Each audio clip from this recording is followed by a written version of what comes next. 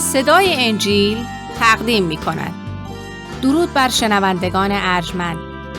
این صدای انجیل است، تنها صدای راستی و حقیقت که از ازل بوده و تا ابد خواهد بود. برنامه‌های ما همه روزه و در همین ساعت از رادیو روی امواج کوتاه پخش می شود. شما می توانید از طریق شبکه‌های اجتماعی فیسبوک، گوگل پلاس و یوتیوب با تایپ فارسی رادیو صدای انجیل با ما در تماس باشید. آدرس ایمیل ما از این قرار است: radioenjil@gmail.com. تکرار می کنم، آدرس ایمیل ما radioenjil@gmail.com و تلفن تماس ما 201 616 920 1791. تکرار می کنم، 201 616 920 1791. از شما دعوت می کنیم که به برنامه این ساعت صدای انجیل توجه فرمایید. صدای انجیل تقدیم می کند.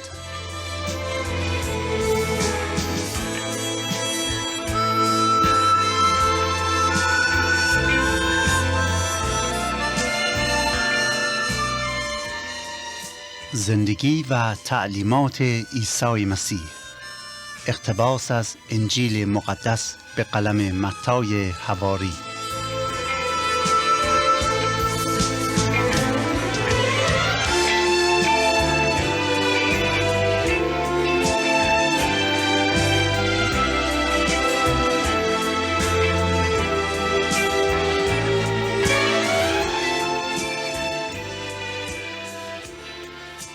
بارالله، هر وقت افکارمان متوجه تو می شود، قدوسیت و جلال و جبروت تو و رحمت و کرم و محبت بی پایانت ما را حیران ساخته و نسبت به محبت عظیم تو انگشت به دهان می مانیم.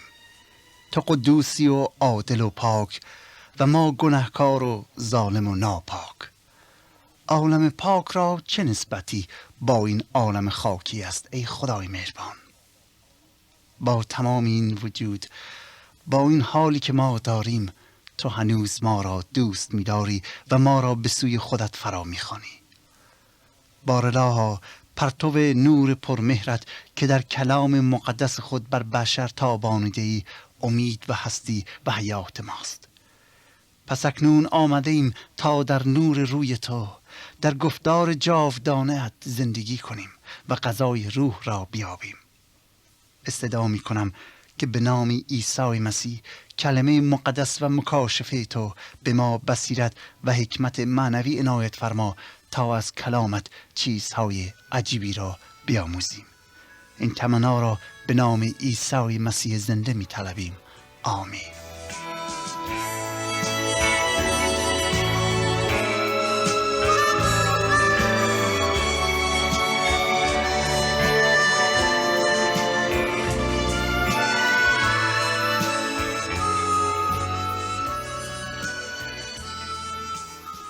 عیسی مسیح می فرماید: من آمدم تا گناهکاران را بجویم و نجات بخشم.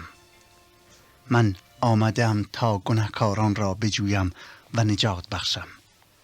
یاران عزیز و برادران و خواهران گرامی، هم میهنان محبوب، درود بر شما.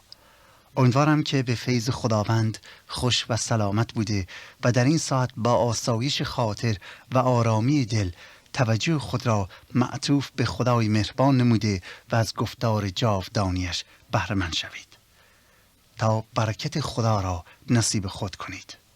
من برادر شما کشیش سید رضا مسعودی و غلام نالایق عیسی مسیح نیم ساعت آینده رو در خدمتتون خواهم بود و از انجیل مقدس دنباله زندگی و تعلیمات عیسی مسیح، این یگانه نجات دهنده زنده بشریت و یگانه امید و تاج فخر انسانها را براتون میخونم و توضیحاتی پیرامون آیات قرائت شده تقدیم حضورتون میکنم تا حقایق خدا را درک کنید. اما اجازه میخواهم که در ابتدای برنامه از همه یارانی که لطف کردند و با نامه‌های خود ما را شرمنده ساختند صمیمانه تشکر کنم و خدمت همه عزیزان عرض کنم که مطمئن باشید که ما کتباً به نامه‌های شما پاسخ خواهیم داد. در جواب کسانی که پرسیدند چرا مسیحیت را در برنامه‌های خود با دیگر مذاهب مقایسه نمی‌کنید، باید عرض کنم که روح مسیحایی ما این اجازه را نمی‌دهد که به عقاید دیگران با دیده تحقیر نگاه کنیم و یا مورد انتقاد قرار بدهیم، بلکه چون هر انسانی گفتار خدا را به طریق خاص درک می‌کند، ما کلام خدا را بیان می‌کنیم تا هر شنونده خودش تعلیمات عیسی مسیح را با تعلیمات دیگران مقایسه کند و خودش راه صحیح و طریق حق را برگزیند. زیرا وظیفه ما همانطوری که ملاحظه کرده اید این است که کلام خدا را بخوانیم و پیام آن را به سمع شما برسانیم. انتقاد و یا حمله کردن یا نکوهش و یا محکوم کردن و تحقیر نمودن عقاید دیگران در روش کار ما نیست، زیرا روش مسیح نیز اینطور نبوده و اگرچه دیگران این روش را داشته باشند ما از آن روش پیروی نمی کنیم. وظیفه ما این است که پیام نجات بخش انجیل را به سمع شما برسانیم. قضاوت و نتیجه با شنونده است. با بیان این مطلب حالا از شما دعوت می کنم که اگر انجیل مقدس را در اختیار دارید لطفاً آن را به فصل 21 بگشایید تا از آیه 33 دنباله تعلیمات عیسی مسیح را مطالعه کنیم. این برنامه رو از صدای انجیل می شنوید. متی حواری از فصل 20 الی 28 در انجیل مقدس اعمال و معجزات و تعلیمات که عیسی مسیح در هفته آخر زندگیش یعنی قبل از مصلوب شدنش انجام داده است را برای ما بیان می کند و البته اختصاص دادن 8 فصل از انجیل مقدس به هفته آخر زندگی عیسی مسیح نشان اهمیت این موضوع می باشد. رؤسای دینی یهود بر اثر تعلیمات عیسی مسیح به شدت غضبناک شده بودند، مخصوصاً بعد از اینکه عیسی مسیح در مثلی که در آیات 28 الی 32 فصل 21 فرموده و گناهکاران و فاحشه‌هایی را که توبه کردند را برتر از آنان دانسته است، خشم آنان را برگزید. همین گفتار مسیح بود که آنان خود را در آتش احساس کردند و تصمیم گرفتند که هر چه زودتر از شر عیسی مسیح خلاص شوند. پس آنانی که مسئولین هدایت مردم بودند، آنانی که میبایستی خدمتگزار و مشوق مردم و نمونه مردم باشند، خود عاملان اهریمن گشته و قصد قتل منجی بشریت و نجات دهنده جهان میکنند. تهدیدات و نفرت‌های آنان هرگز مسیح را از بیان حقیقت و آشکار کردن خطایایشون باز نگاه نداشت. در عوض او پته آنان را با بیان مثلی دیگر بیرون می‌ریزه و آنچه که هستند را به مردم آشکار می‌کنه. چرا؟ چون مسیح نمی‌خواست مردم فریب رؤسای مذهبی باشند. در عوض او آمده بود تا مردم را با خدا مصالحه دهد، تا گمشدگان را بجوید و به سوی خداوند هدایت فرماید. از آیه 33 فصل 21 انجیل مقدس به قلم متی حواری با مثل دیگری که عیسی مسیح برای تشریح کار و شناسایی شرارت رؤسای دینی به کار برده است روبرو می‌شویم. گوش کنید به گفتار عیسی مسیح که می‌فرماید: مثل دیگری بشنوید. صاحب خانه‌ای بود که تاکستانی قرض نموده دیواری دورش کشید و چرخشتی در آن کند و برجی بنا نمود. پس آن را به دهقانان سپرده و خود عازم سفر شد. و چون موسم میوه نزدیک شد، غلامان خود را نزد دهقانان فرستاده تا میوه‌های او را بردارند. اما دهقانان غلامانش را گرفته بعضی را کشتند و بعضی را سنگسار نمودند. باز غلامان دیگری بیشتری از اولین فرستاده به دیشان نیز به همان طور سلوک نمودند. بالاخره پسر خود را نزد ایشان فرستاده گفت: پسر مرا حرمت خواهند داشت. اما دهقانان چون پسر را دیدند با خود گفتند: این وارث است، بیایید او را بکشیم و میراثش را ببریم. آنگاه او را گرفته بیرون تاکستان افکنده کشتند. پس چون مالک تاکستان آید با آن دهقانان چه خواهد کرد؟ جواب دادند: آن بدکاران را به سختی هلاک خواهد کرد و باغ را به باغبانان دیگر خواهد سپرد که میوه‌هایش را در موسم بدو بدهند. عیسی بدیشان گفت مگر در کتب نخوانده اید که میگوید اینک سنگی را که معمارانش رد نمودند همان سر زاویه شده است؟ این از جانب خداوند آمد و در نظر ما عجیب است. از این جهت شما را میگویم که ملکوت خدا از شما گرفته می شود و به امتی که میوه‌اش را بیاورند عطا خواهد شد. و هر که بر آن سنگ افتد منکسر شود و اگر بر آن کسی افتد نرمش سازد. و چون رؤسای کهنه و فریسیان مثل‌های عیسی را شنیدند دریافتند که درباره ایشان میگوید و چون خواستند او را گرفتار کنند از مردم ترسیدند زیرا که او را نبی می‌دانستند. دوستان عزیز، عیسی مسیح در اینجا یک حکایتی میگوید که ظاهراً چیز مهمی در آن نهفته نیست، ولی با کمی دقت و توجه پی میبریم که یکی از شدیدترین حملاتی که عیسی مسیح به رؤسای دینی یهود نموده است در قالب این مثل بیان شده، به طوری که بعد از شنیدن این مثل آنان خواستند که عیسی را دستگیر کنند و بکشند، اما ترس از خلق مانع آن گردید. دعایی که ما را در درک و مقصود عیسی از بیان این مثل یاری می‌دهد و در واقع کلید فهم این حکایت است عبارتند از آیه 43 و 45. مقصود از شخصی که میگوید صاحب باغ بود همان خداوند است و دهقانان همان قوم برگزیده یهود، یعنی کسانی که صاحب کتاب و قانون الهی و شریعت الهی بودند، کسانی که خداوند آنان را برگزید که امانتدار باشند، درست مثل آن دهقانان. مقصود از غلامان همان انبیا و پیغمبران است و مقصود از پسر خود همان عیسی مسیح کلمت الله می باشد. حالا با دانستن این مطالب معنی حکایت روشن‌تر میشه. می‌فرماید که خداوند قوم خاصی برگزید تا مأمور و محافظ کلام او بوده و در واقع نماینده او در این عالم باشند که همان باغ منظور جهان است. این دهقانان یا قوم که همان یهود است از نعمت صاحب باغ و یا از لطف الهی بهره‌مند بودند و یا زیر سایه صاحب تاکستان زندگی می‌کردند. خداوند انبیا و پیغمبران را میفرسته تا طالب مطیع بودن مردم نسبت به او شوند، اما دهقانان یا یهودیان با انبیای خدا و یا با غلامان بدرفتاری میکنند و حتی عده‌ای از آنان را به قتل میرسانند. صاحب باغ یا خداوند اراده میکند پسرش را که در واقع صاحب باغ هم هست بفرستد، یعنی کسی که مثل خود اوست، یعنی عیسی مسیح را که صفات و سیرت و شخصیت الهی را بر ما آشکار کرده است.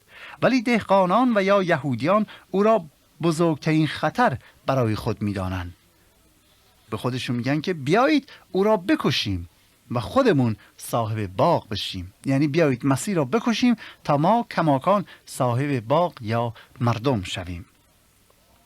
عیسی مسیح سپس میگوید شما ای رؤسای دینی که اینقدر به خودتون میبالید و میگویید ما اسرار الهی را میدانیم و ما در چشم خدا عزیزیم و یا ما صاحب مقام و منصب هستیم و طریق رضایت خدا را پیروی میکنیم، بدانید و آگاه باشید که وقت شما فرا رسیده، وقت شما سر رسیده. شما که تا به حال از برکات خدا بهره مند بوده اید و قوم خاص خدا محسوب می شدید، به خاطر شرارتتون، به خاطر سوء استفاده از رحمت خدا، به خاطر بیوفاییتون، به خاطر سوء استفاده از صبر خدا، خدای تعالی تمام برکات سلطنتی را از شما میگیره و به افرادی میدهد که قدر شناسند و مطیع او خواهند بود. دوستان عزیز، عیسی مسیح با بیان این حکایت در واقع آن خصوصیات مختص بودن قوم یهود را پایان یافته اعلام می‌دارد و می‌فرماید که از این به بعد دیگر انسان‌ها قادرند از همان مزایا و چه بسا بیشتر بهره مند شوند. ملکوت آسمان به روی همه انسان‌ها باز است و هر کسی که حاضر شود مطیع خدا بوده و از او پیروی کند می‌تواند وارد ملکوت خدا شود. دیگر قوم یهود یگانه قوم خداپرست در عالم نخواهند بود، نور چشم و به قول معروف عزیز دردونه خدا نخواهند بود، بلکه از هر ملت و از هر نژاد و از هر زبان و از هر طایفه به سوی ملکوت الهی خواهند آمد و عزیز خدا خواهند بود. هر کسی که به مسیح ایمان آورد جزو این ملت برگزیده محسوب خواهد شد. در آیه 42 میگوید همان سنگی را که بناها دور انداختند سنگ اصلی طاق ساختمان شده. چقدر عالی از کاری که خداوند کرده است. حالا مقصود اینه که ای یهودیان، شما که مرا رد میکنید، خدا مرا به عنوان صخره نجات برگزیده، یعنی نجات بشر توسط ایمان آوردن به من میسر است. چیزی که شما آن را نپذیرفتید، آن را رد کردید، خداوند عامل نجات بشریت قرار داده. مقصود از بناها همان رؤسای مذهبی یهود است. در آیه 44 میگوید اگر کسی روی این سنگ بیفتد تکه تکه می شود و اگر این سنگ روی آن کس بیفتد او را له می کند.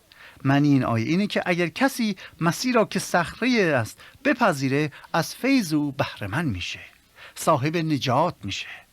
و به قول حضرت پولس بنیادی دیگر هیچ کس نمیتواند نهاد جز آن که نهاده شد، یعنی عیسی مسیح صخره. پس وقتی میگوید اگر کسی بر روی این سنگ بیفتد، ایزن مثل این است کسی که به مسیح ایمان آورد خود را تسلیم او کند و صاحب نجات شود. و وقتی میگوید کسی که اگر سنگ بر او بیفته، در واقع اشاره به داور کردن عیسی مسیح بر اشخاصی است که او را رد کردند، یعنی کسی که او را رد کند از داوری او جان سالم به در نخواهد برد. ای عزیزان، تعلیمات عیسی مسیح آتش انتقام را در قلب رؤسای دینی یهود شعله‌ورتر و منقلبتر می سازد. هر مسئله که عیسی می گفت، هر عملی که انجام می داد، سبب رسوا شدن آنان می شد. و در واقع مردم کم کم چهره حقیقی آنان را می دیدن. اما دوستان، هدف عیسی مسیح این نبود که همیشه رؤسای دینی را مورد حمله قرار بده و پته آنها را آشکار کند، بلکه میخواست آنان چهره حقیقی خودشون رو دریابند و خودشون رو فریب ندهن. چرا؟ چون اونا خیال میکنن که چون متدین هستن آن وقت مورد رضای خدا هستن، چون مذهبی هستن، چون رئیس هستن، حتما مورد رضای خدا قرار گرفتن و به بهشت میرن. ولی هدف مسیح بود که آنان را متوجه اشتباهاتشون کنه تا نسبت به سلطنت خداوند بی اعتنا نباشن و خود را آماده کنن تا صادقانه خود را تفحص کنن و صادقانه خدا را طالب باشن. این حقیقت را در داستانی که در فصل 22 بازگو کرده به خوبی میتوان دید که مسیح سعی دارد حتی رؤسای دینی را به ملکوت الهی دعوت کند، نه اینکه فقط بر ضد آنها باشد. مسیح بر ضد آنها نبود، بلکه میخواست آنان را از خواب بیدار کند که مذهبی بودن، رئیس مذهب بودن شما رو نجات نمیده. از آیه 1 الی 14 فصل 22 براتون میخونم.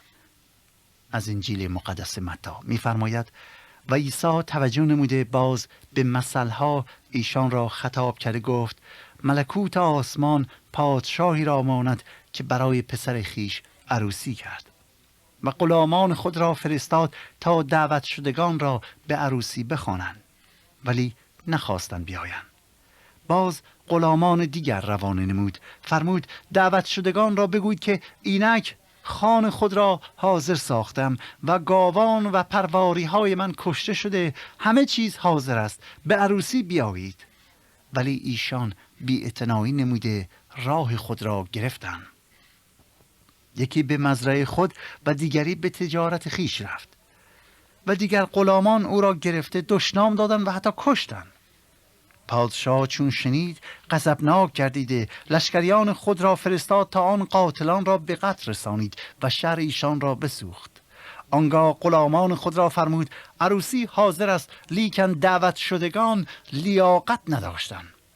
پس الان به شوارع عامه بروید و هر که را بیابید به عروسی دعوت کنید. پس آن غلامان به سر راه ها رفته نیک و بد هر که را یافتن جمع کردند، چنانکه خانه عروسی از مجلسیان مملو گشت. آنگاه پادشاه به جهت دیدن اهل مجلس داخل شده شخصی را در آنجا دید که جامه عروسی در بر ندارد. بدو گفت ای عزیز، چطور در اینجا آمدی و حال آنکه جامه عروسی رو در بر نداری؟ او خاموش ماند. آنگاه پادشاه خادمان خود را فرمود این شخص را دست و پا بسته بردارید و در ظلمت خارجی اندازید، جایی که گریه و فشار دندان باشد، زیرا طلبیدگان بسیارند و برگزیدگان کم. حکایت و یا مثالی که عیسی مسیح در اینجا بیان می کند یکی از عالی ترین و امیدوار کننده ترین تعلیماتی است برای من و شما، زیرا این اطمینان را عطا می کند که برخلاف عقاید یهودیان که فقط آنان قوم خاص خدایند، متوجه می شویم که خداوند تعالی همه انسانها را دعوت به ملکوت خیش کرده و همه نور چشم او هستند و همه در درگاه او بسیار عزیزند. و از نسل پیغمبر یا از نسل ابراهیم بودن هرگز برتری خاصی در راه تحصیل نجات، در راه رسیدن به خدا ندارد. برای درک این مثال باید پادشاه را خدا، مردم برگزیده را قوم یهود، پسر را عیسی مسیح و غلامان را پیامبران و مردم سر و کوچه و بازار را ملت‌ها تعبیر کرد. حالا با دانستن این مطالب اجازه بدید داستان را تعبیر کنیم. مسیح میگوید سلطنت خدا مثل این میمونه که پادشاهی برای عروسی پسرش جشن مفصلی برپا کرد. مهمانی های زیادی رو دعوت نمود. وقتی همه چیز آماده شد افرادش را فرستاد تا دعوت شدگان را به جشن بیاورند، اما عکس العملی که آنان نشان دادن بسیار عجیب بود. به جای اینکه در شادی شرکت کنند هر کس پی کار خودش میره و دعوت پادشاه یا دعوت خدا را عملاً و نه زباناً رد میکنن. پادشاه از روی لطف خودش مجدداً غلامان دیگر رو میفرسته تا دعوت شدگان را به جشن بیاورند و بگویند که عجله کنند. چرا؟ چون همه چیز حاضره و غذا داره سرد میشه. به عبارت دیگر زمان داره به پایان میرسه. ولی مهمانان با بی‌اعتنایی پوزخندی زدن و هر یکی به سر کار خودش میره. یکی به مزرعه‌اش میره، دیگری به مغازه‌اش و حتی بعضی ها رو که پادشاه فرستاده بودن میگیرن، میزنن و میکشن، که البته اشاره به اینه که یهودیان پیامبران خدا را بعضی ها را آزار دادن و بعضی را هم کشتن. در آیه 7 عکس العمل پادشاه یا خداوند را بیان می کند که تصمیم گیرد انتقام بگیرد و یا داوری کند. می فرماید آنان را سزای اعمالشان رسانده و شهر آنان را از بین می برد. مفسرین این قسمت از مسر را داوری خدا بر اسرائیل می دانند که در سال 70 میلادی عملا انجام شد، زیرا شهر اورشلیم در آن سال با خاک یکسان میشه و قتل عام بسیار وحشتناکی که در تاریخ این شهر سابق نداشته توسط رومیان به وجود میاد. حالا چرا؟ چون دعوت خدا را که عیسی مسیح بود نپذیرفته بودند. دعوت خدا را در عیسی مسیح نپذیرفته بودند. از آیات بعدی متوجه میشیم که خداوند سپس از همه ملت‌ها و امت‌ها دعوت میکنه که در ضیافت او و یا در فیض او شرکت جویند. جشن عروسی به معنی فیض خداوند نیز تعبیر شده. بسیاری میآیند و در فیض الهی شریک میشن، اما وقتی پادشاه وارد جشن میشه که مقصود در روز داوری خداست، او متوجه میشه که یکی از مهمانان ردای مخصوص عروسی رو به تن ندارد. حالا سوال شده که مقصود از این پیراهن یا ردا چیه؟ جواب اینه که ردا به منظره شرایط ورود به ملکوت خداوند است. این ردایی که در اینجا اشاره شده لباس نیست، بلکه مقصود همان عدالت مسیح است که لازمه و ضروریات نجات بشری است.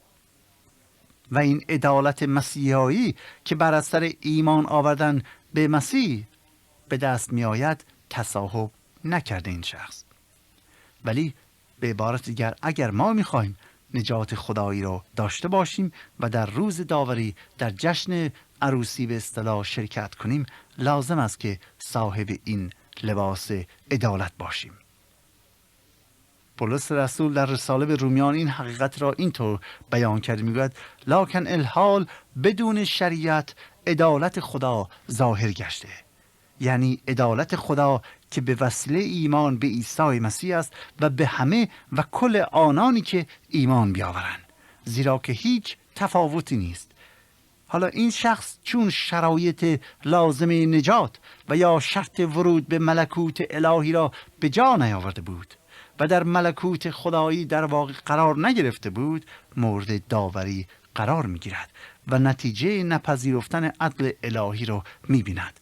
و دوستان عزیز، واقعیت این است که دعوت خداوند امروز از همه برقراره. هنوز همه رو دعوت میکنه که در جشن عروسی و یا در فیض آسمانیش، در دعوت الهیش شرکت کنن، ولی شرطش اینه که در ردای عدالت پوشیده باشیم.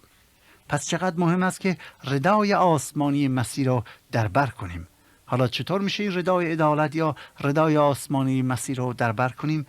ردای عدالت یعنی بدین وسیله به دست میاد که اول به حضور او بیاییم، به گناهان خودمون اعتراف کنیم، توبه کنیم، پشیمون شیم از زندگی که تا حالا داشتیم و بعد با ایمان آوردن به او نه فقط از گناهان خود آزاد شویم، بلکه راه او را طی کنیم، ردای عدالت او را برتن کنیم که بدون آن نمیتوانیم در ملکوت الهی جای داشته باشیم.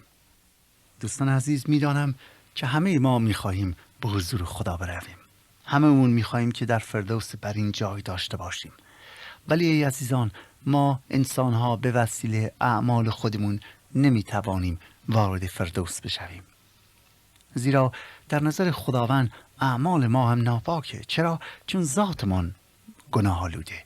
کلام خدا میگوید وقتی که قلب ناپاک باشه، وقتی افکار پلید باشه، وقتی افکار و قلبمون همه آلوده باشد، هر چی که از وجود ما سرچشمه میگیرد بیرون میاد آلوده است. تا افکارمون پاک نشه، تا قلبمون پاک نشه، هر چی بکنیم آلوده است.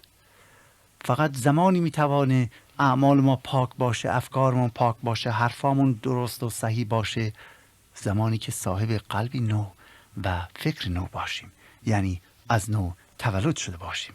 و کلام خداوند امروز از ما دعوت میکند که بیاییم به حضور خداوند و از خداوند بخواهیم که به ما قدرت بده، به ما حکمت بده، به ما فروتنی بده تا این عطیه او را بپذیریم، تا پاک شویم. میدونید دوستان عزیز، کتاب مقدس میگوید که نجات فیض خداست، بخشش عطیه خداست. آنچه که من و شما باید کنیم اینه که حاضر باشیم عطیه خدا را بپذیریم.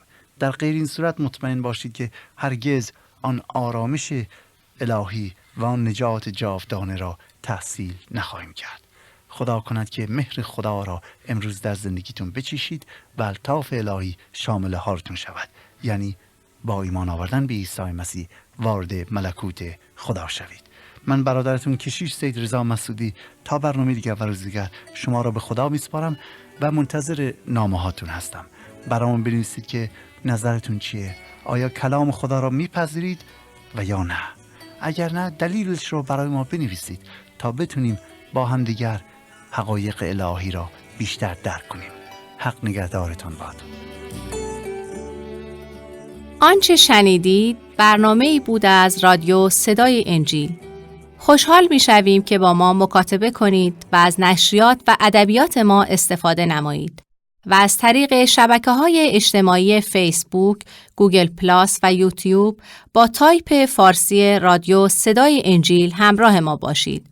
همچنین از طریق تلفن و ایمیل نیز می توانید با ما تماس بگیرید. آدرس ایمیل ما از این قرار است: radioinjil@gmail.com. تکرار می کنم، ایمیل ما radioinjil@gmail.com و تلفن ما 201 616 920 1791. تکرار می کنم، 201 616 920 1791. تا برنامه دیگر و روز دیگر، خدای یکتا و مسیح زنده با شما باشد. ماراناتا، یعنی خداوند به زودی برمیگردد. آمین.